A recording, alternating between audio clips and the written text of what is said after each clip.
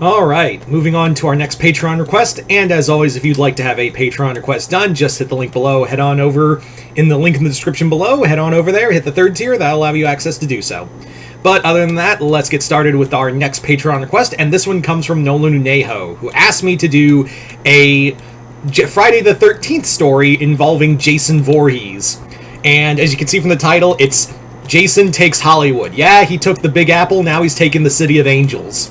So, yeah, this is really, according to him, inspired by a question I did in a Friday the 13th Q&A not too long ago.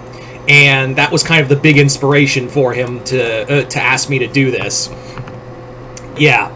So, anyway, let's get started with the video. So this story basically takes place years in the present day. It's now present day, and essentially the Camp Crystal Lake killings are now treated as like true crime podcasts, where it's more like treated like urban legend and hearsay. Jason's treated like Cropsey. That's what that's what he kind of is. It's like Jason's now the modern day Cropsey, and Crystal Lake is like just filled with people trying to sneak in to Crystal Lake to like see the murder site and whatnot. It's on podcasts. There's been like news specials about it, but no one's ever actually seen Jason. But the thing is like, even though no one's seen Jason, there's enough accounts of him like being spotted in New York and Springwood and basically seen by enough people to make people go, oh, yeah, Jason's real, or someone pretending to be like someone using the myth. Like, there's conspiracy theories that maybe Jason, like, it's a cult of people, or maybe it's like a moniker. Like, some people, like, do accept, like, say, like, oh, he is supernatural. Others think it's like, nah, there's no way. Maybe it's like a title, or maybe it's like a cult, something like that. And among those people, and one person in particular who doesn't want to hear about Jason Voorhees anymore is Tommy Jarvis.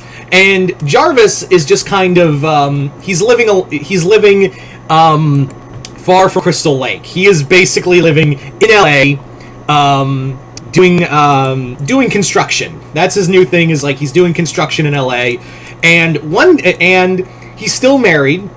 He's still married to, oh god, I forget her name. But the woman from Part 6, he's still married to her. They have kids. But the thing of it is that they are kind of running hard, like having problems with money.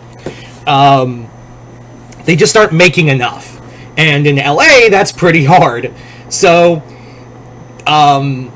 Tommy's working overtime. He's doing all of this, but he is getting older. He acknowledges he's not a young man anymore, but he's still got a family to provide for. And what happens is that while he's in LA, he gets stopped by this director.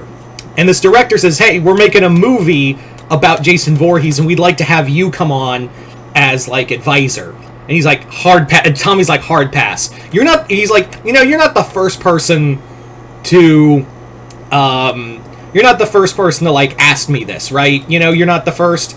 Like, I have encountered people who have like tried to get me on podcasts, interviews, none of that. I want to be away from Jason. I came all the way to the other side of the fucking country to get as far as I can from that monster. And you want me to be part of a movie? And they're like, yeah, we're willing to pay you a lot. So he's like, look, think it over and call me back. Here's my number. So the director hands Tommy the phone number, and later that night, looking at all the bills they have to pay, Tommy's like, yeah, I'm in. I'll only advise. Like, I'll only like be on. And he's like, cool. We'll give you a honorable mention in the credits. Cool. We'll do lunch. Click. However, what Tommy doesn't know is that this director has sent a group of people into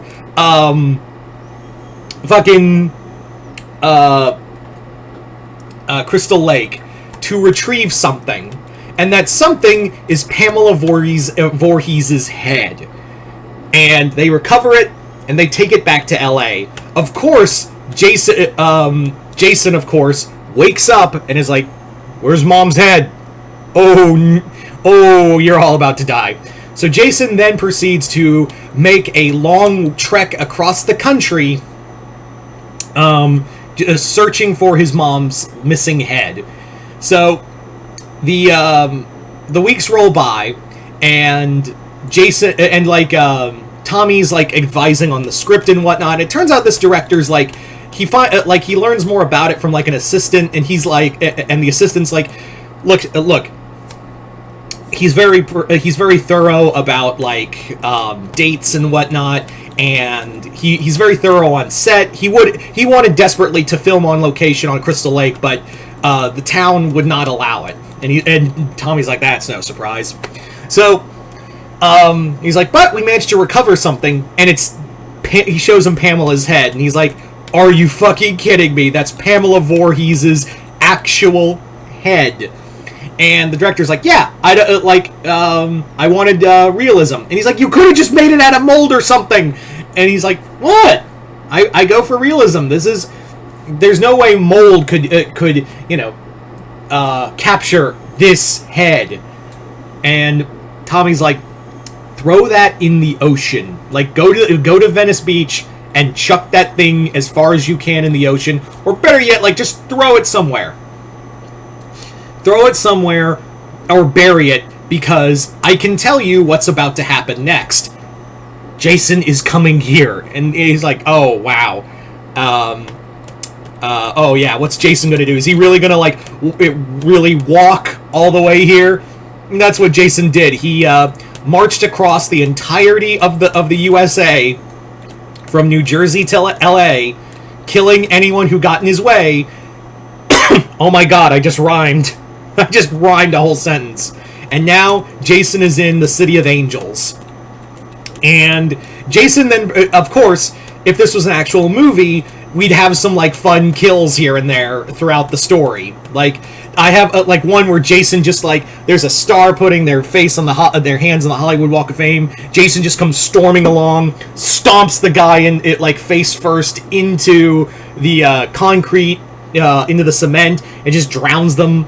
Then you have, another scene where, someone's, trying to get a picture with Jason, thinking he's one of those walk-around characters. Jason just grabs his camera and just smashes the lens through the mouth, and it goes out the back of the head. Another one where, Jason rips off a stage light and just smashes it over someone's head and electrocutes them. You have, this story, I want to have it embrace, just the absolute ridiculousness of the later Jason films. And I think a character like Jason Voorhees is permitted to have that. So, of course, Jason finds his way on set after killing the stuntman. And I'd have, if this was an actual movie, I would have it that Kane Hodder is playing the actor playing Jason in the movie, and Jason kills Kane, the real-life Kane Hodder, and then just takes his place on set. And that's when Tommy's like, no way, that's actually Jason. And of course, Jason just goes on a killing spree on set and proceeds to, seize Tommy, and he's like, hey, Tommy's like, hey, maggot head! And Jason just looks around and is like,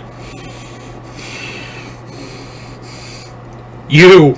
It just go, and he sees Tommy's got Pamela's head, and Jason just goes storming after him, killing everyone, including the director in his path.